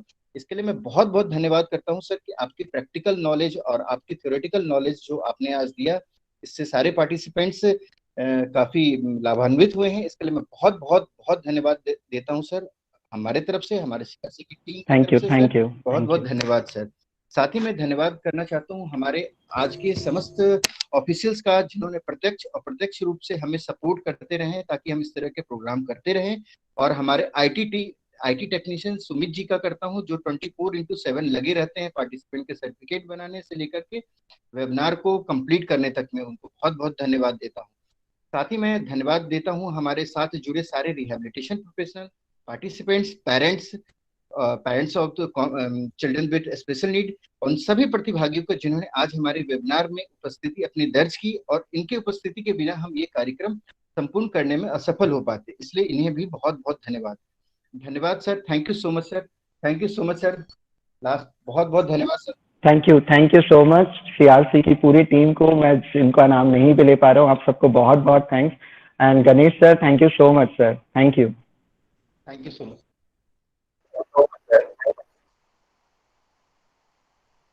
थैंक यू अमित सर, आपका बहुत बहुत धन्यवाद और आपको सादर प्रणाम सीआरसी लखनऊ की समस्त टीम की तरफ से। और आपसे सादर निवेदन रहेगा कि भविष्य में भी आप हमारे साथ ऐसे ही जुड़े रहें और हमारे जो भी विशेषज्ञ हैं उनके ज्ञान में वृद्धि करते रहें। सर, आपका आज का जो सेशन था वो एक्सीलेंट सेशन कहा जाएगा और बहुत अच्छी तरीके से हम सभी ने उस सेशन का आनंद लिया। सर बहुत बहुत धन्यवाद सर। आप जैसे विशेषज्ञ बहुत कम होते हैं जो इस तरीके की नॉलेज प्रैक्टिकल वे में देते हैं सर। बहुत बहुत धन्यवाद सर। अब मैं अपने सभी पार्टिसिपेंट से कहना चाहूंगा कि यह कार्यक्रम यहीं पर समाप्त होता है और आप सभी लोग इस कार्यक्रम से लेफ्ट कर सकते हैं। आप सभी का सीआरसी लखनऊ टीम की तरफ से बहुत बहुत धन्यवाद। आप सभी को सादर प्रणाम। Thank you.